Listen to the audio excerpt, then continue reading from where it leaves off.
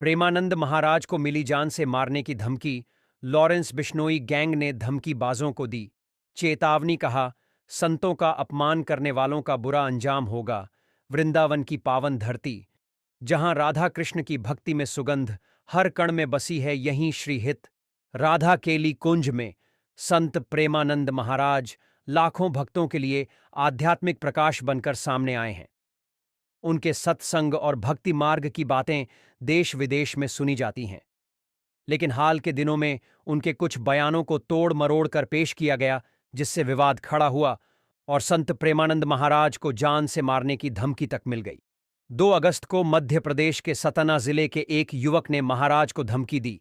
उसने कहा कि अगर महाराज ने उसके परिवार के बारे में कुछ कहा होता तो वो उनकी गर्दन काट देता। इस धमकी के बाद साधु संतों में आक्रोश फैल गया।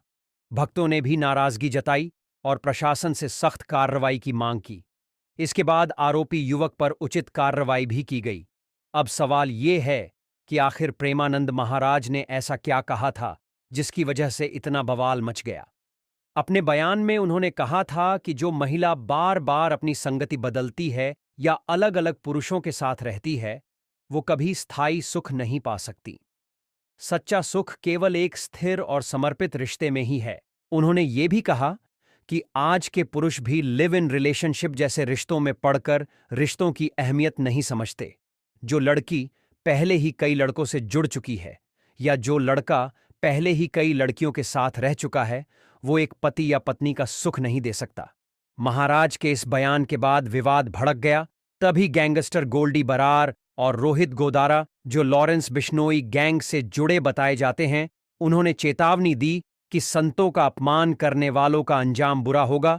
गोल्डी बरार वही गैंगस्टर है जो सिद्धू मूसेवाला हत्या मामले में शामिल है।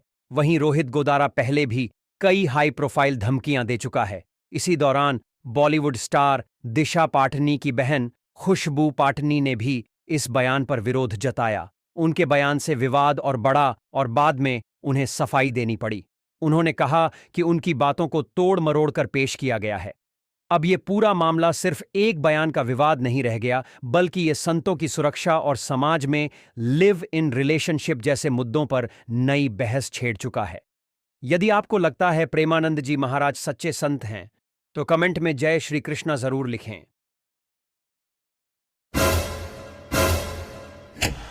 खाने के लिए 3 ऐप, ग्रोसरी के लिए 5, म्यूजिक के लिए 10।